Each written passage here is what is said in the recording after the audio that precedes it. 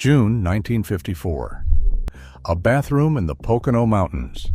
Cold white tile underfoot. A 21-year-old girl in a nylon nightgown still creased from tissue paper. Her new husband on the other side of the door. 6 hours, married. She knew how to set a formal table, iron a collar flat, write a thank you note on Crane's stationery. She did not know what was about to happen. Nobody had told her. 25 rules that shaped the most private night of millions of American women's lives. Passed in half-sentences and loaded silences, or almost every one of them has vanished.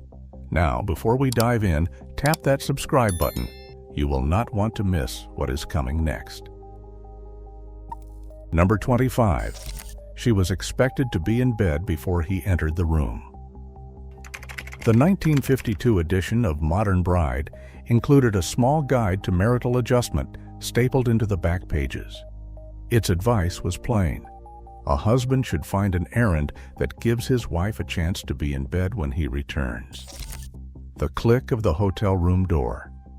His footsteps going down the hall toward the lobby. 15 minutes alone with a suitcase and a nightgown and a pounding heart. Covers pulled to the collarbone. Lamp switched from high to low. Waiting. She was not supposed to be watched while she became someone new.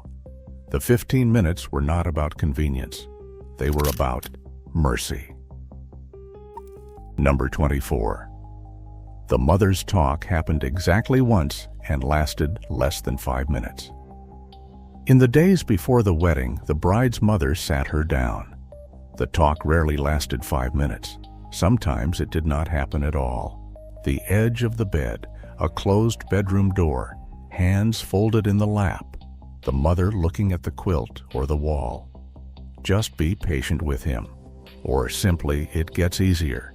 Sometimes that was all, sometimes less. Some mothers said nothing and squeezed their daughter's hand. The smell of Jergens lotion, the creak of the mattress when she stood up. The door pulled closed. The silence was not cruelty. It was the only language they had been given.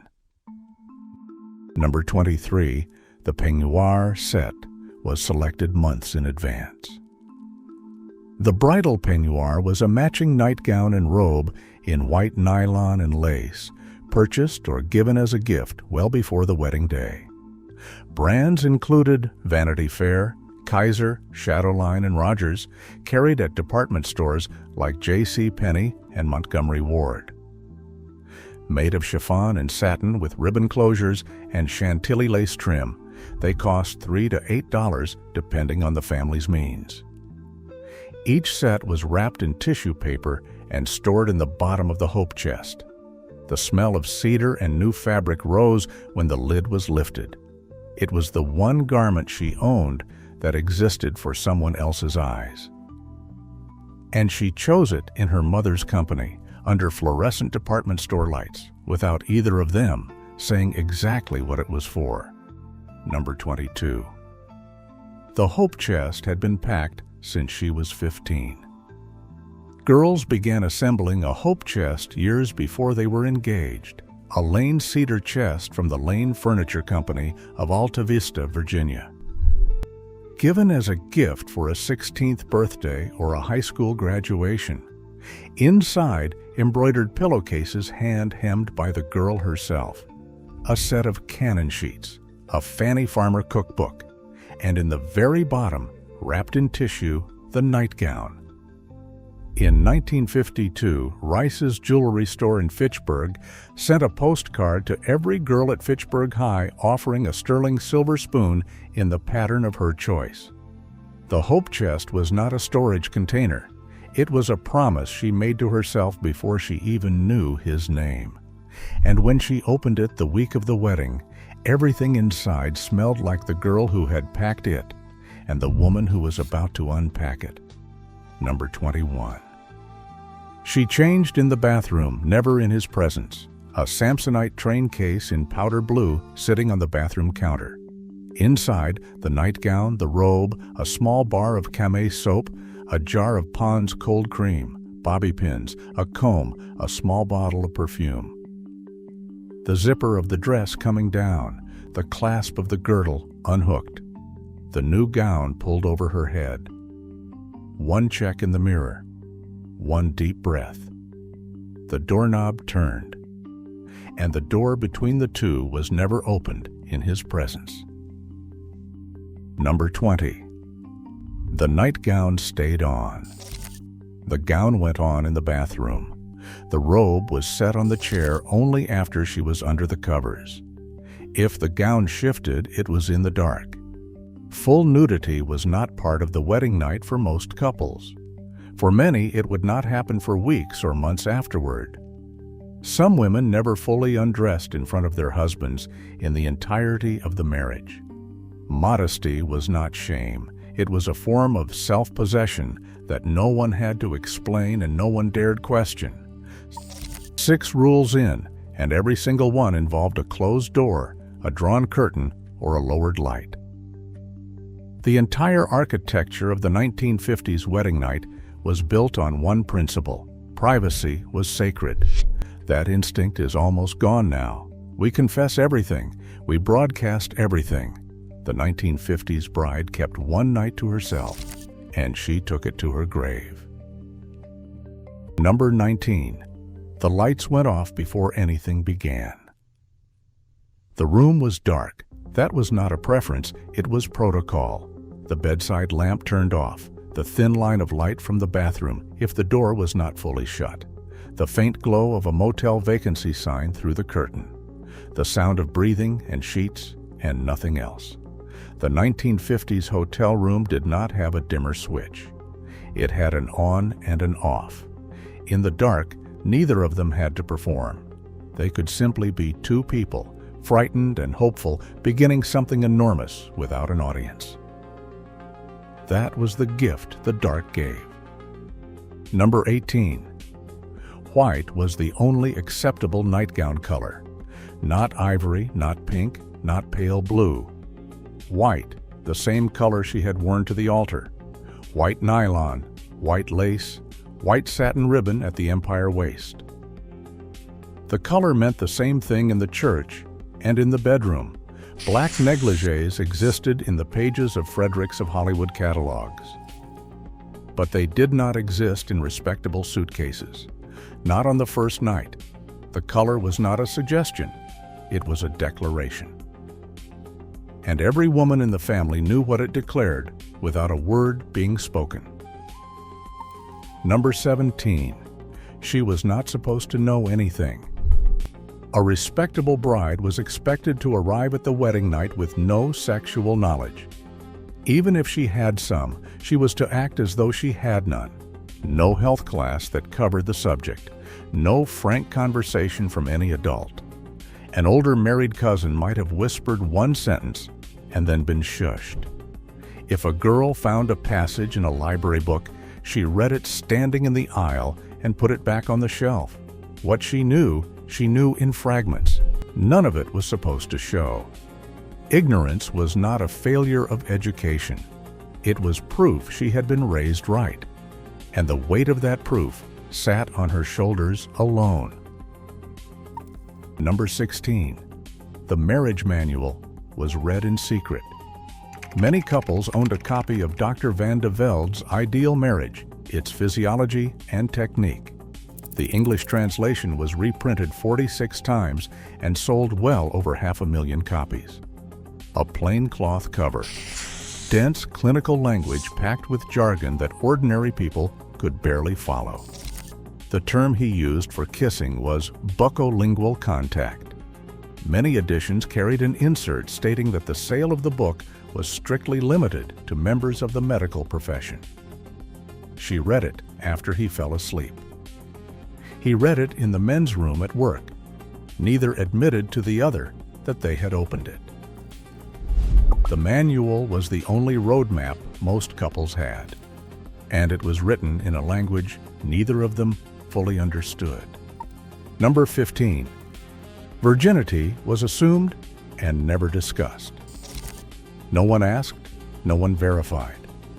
The white dress said it, the white nightgown repeated it. If there was evidence on the sheets, it was noted in silence. If there was none, the silence was deeper. A promise kept, or, if broken, buried so deep that no one ever found it. The pressure of that expectation was carried by the bride alone, and it was carried in total silence, which made it heavier than anything spoken ever could. The unspoken code started long before she ever walked through that hotel room door. Some began at the reception. Some began in a department store fitting room. The wedding night was the final chapter of a preparation that lasted years. Conducted entirely in whispers. Number 14. She changed into a going-away outfit before leaving the reception. Before the bride and groom departed, the bride changed out of her wedding gown, a light-colored suit or dress with coordinating accessories, a hat, gloves, shoes, and a handbag, dove gray or powder blue, a pillbox hat with a small veil, white kid gloves. She changed in a back room with her maid of honor. The wedding dress was left behind, usually with her mother. The white gown symbolized a young woman's purity. The going-away outfit represented her new status as a married woman. The guests lined up. Rice was thrown. The car was waiting. She left in the dress of a bride and returned in the clothes of a wife. And every person watching understood exactly what that change of costume meant. Number 13. The bridal shower gifts were for the kitchen, never the bedroom.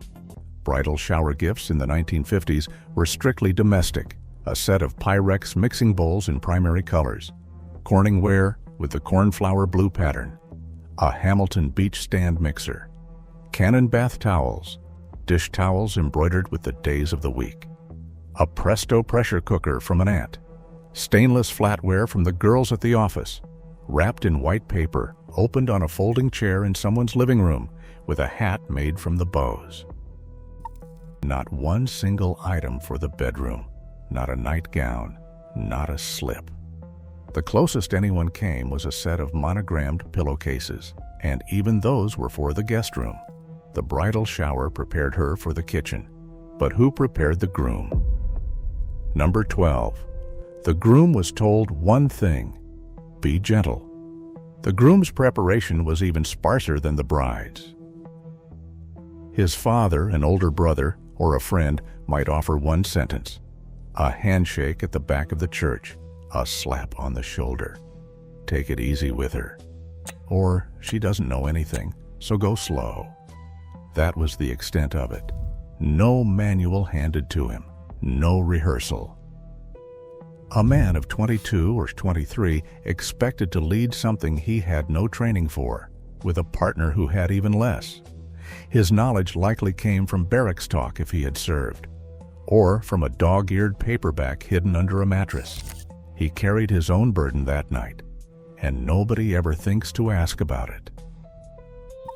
Number 11. She was expected to cry, and that was considered proper. Tears on the wedding night were not a sign of something wrong. They were anticipated, even welcomed, quiet tears, not sobs. They were the kind that came from exhaustion, from the enormity of the day, from understanding that everything she had been was now something else. A handkerchief on the nightstand, a hand on her shoulder from a young man who did not know what to say, saying, "It's all right." The faint sound of a radiator clicking in a hotel room, the dampness on the pillowcase the next morning. She was allowed to cry because the culture understood that what was happening was enormous. Somewhere along the way, we decided it was not. That may be the bigger loss. Number 10. She wore the same perfume to bed that she wore to the altar. A bride wore one perfume and it followed her from the church to the hotel pillow. Evening in Paris by Bourjois in the cobalt blue bottle, 39 cents at the 5 and dime. Or Chanel No. 5 if there was money in the family. Taboo by Dana if she had a bold streak. White Shoulders by Evian if she was from the South. A dab behind each ear, the inside of each wrist, the hollow of the throat, the same scent in the church pew and on the hotel linen. The perfume was the thread between the sacred and the intimate. And for the rest of his life, that scent would stop him cold in a department store aisle. And he would never be able to explain why. Every one of these rules placed the weight on her. The preparation, the modesty, the composure, the nightgown, the hope chest, the silence, the morning after, all hers. He had one job: be gentle. She had 24, and she did not question it, because every woman she had ever loved had carried the same weight before her, and she refused to be the one who set it down. Number 9. She woke before him the next morning and fixed her face.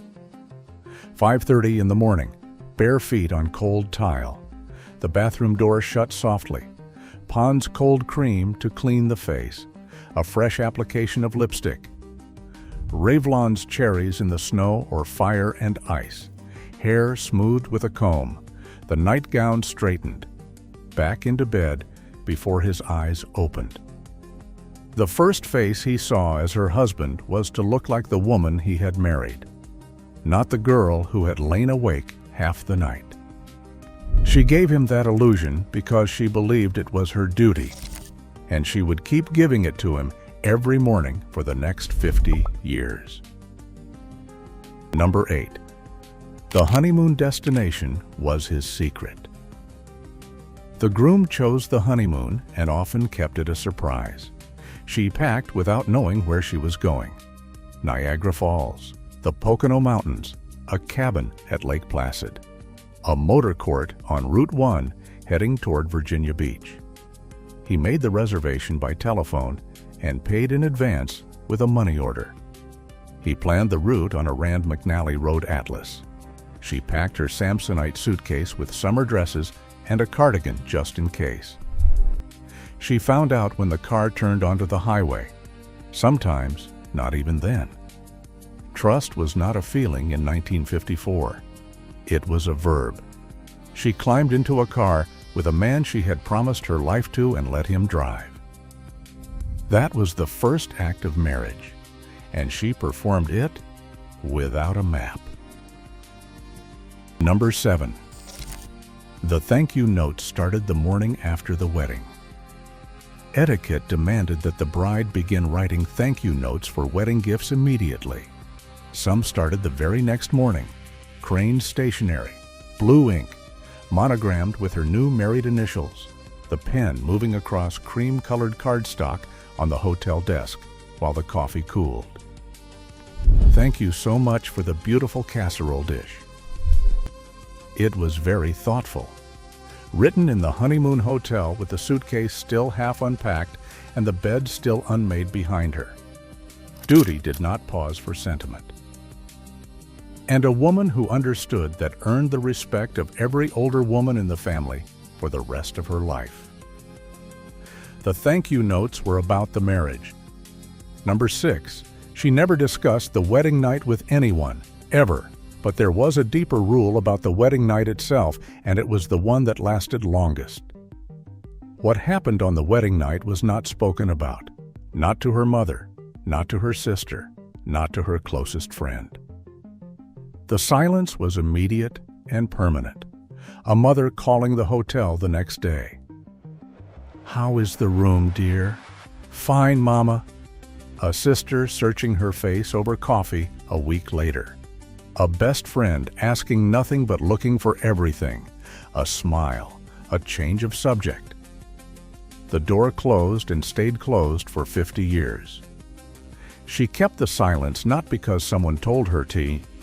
She kept it because the night belonged to her and to him alone, and in a world that was already beginning to demand that everything be shared, she held on to this one thing and never let it go. Number 5. Her own pleasure was not part of the conversation. The 1952 Modern Bride stated plainly that most young wives do not experience fulfillment in the early days of marriage, and should not be distressed by its absence. In one study of several hundred wives, fewer than 25% reported such an experience within the first weeks. The concept of a woman's physical enjoyment did not appear in any mainstream bridal publication of the decade. She was counseled to give, not to expect. A generation of women gave everything on the first night and were told to expect nothing in return.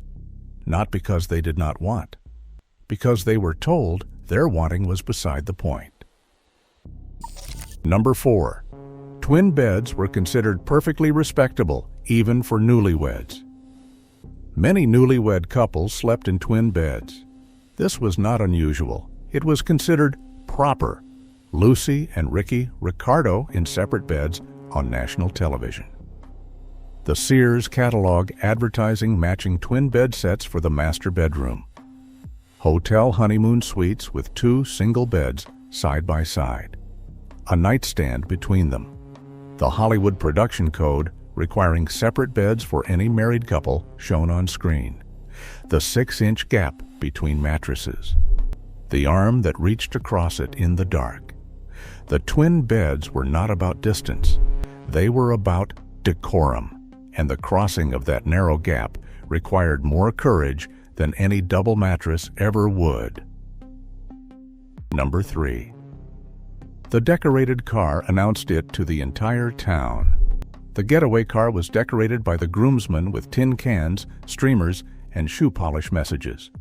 A 1953 Chevrolet Bel Air with "Just Married" in white shoe polish on the back window. Tin cans tied to the rear bumper clattering on the pavement. Old shoes knotted to the fender for luck. Sometimes messages the groomsmen thought were clever. The racket, all the way down Main Street. Every pedestrian turning to stare, her cheeks burning, her smile pinned firmly in place, her gloved hands folded in her lap. The car announced to the entire town what was about to happen behind a closed door that night. And she rode in the passenger seat with her back straight and her dignity intact. That kind of composure cannot be taught. It can only be inherited. Number 2. If she had questions, she asked no one. A bride with questions about the wedding night had no one to ask. Not her mother, who could barely form the words. Not her doctor, who was almost certainly a man. Not a book she could be seen purchasing. Not a teacher, not a pastor, not even a married girlfriend, who might have helped but could not bring herself to speak plainly.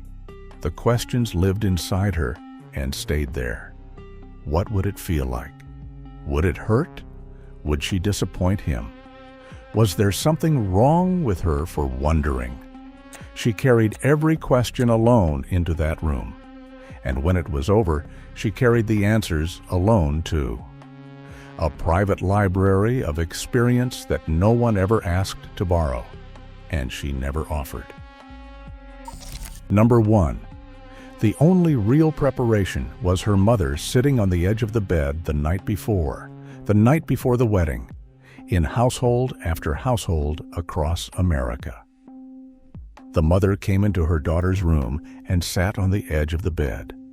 She may have said almost nothing of substance, but she was there. The creak of the bedroom door at 10 o'clock, the familiar weight settling onto the mattress. The sound of a mother breathing beside a daughter who was still, for a few more hours, a girl. Maybe she smoothed the hair from her forehead. Maybe she straightened the quilt. Maybe she said, "You are going to be just fine," and meant it with everything she had.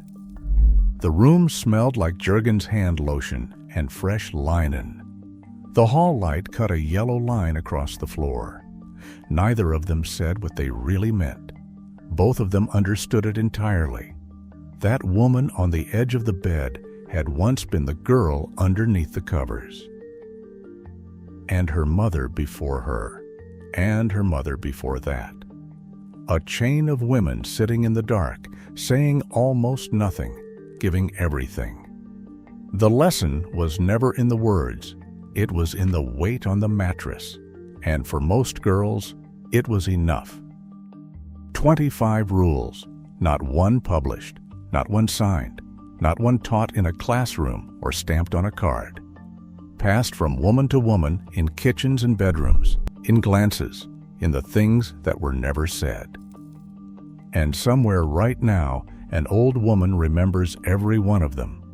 Not because someone reminded her, because some things you carry in your body, not your mind, and they never leave.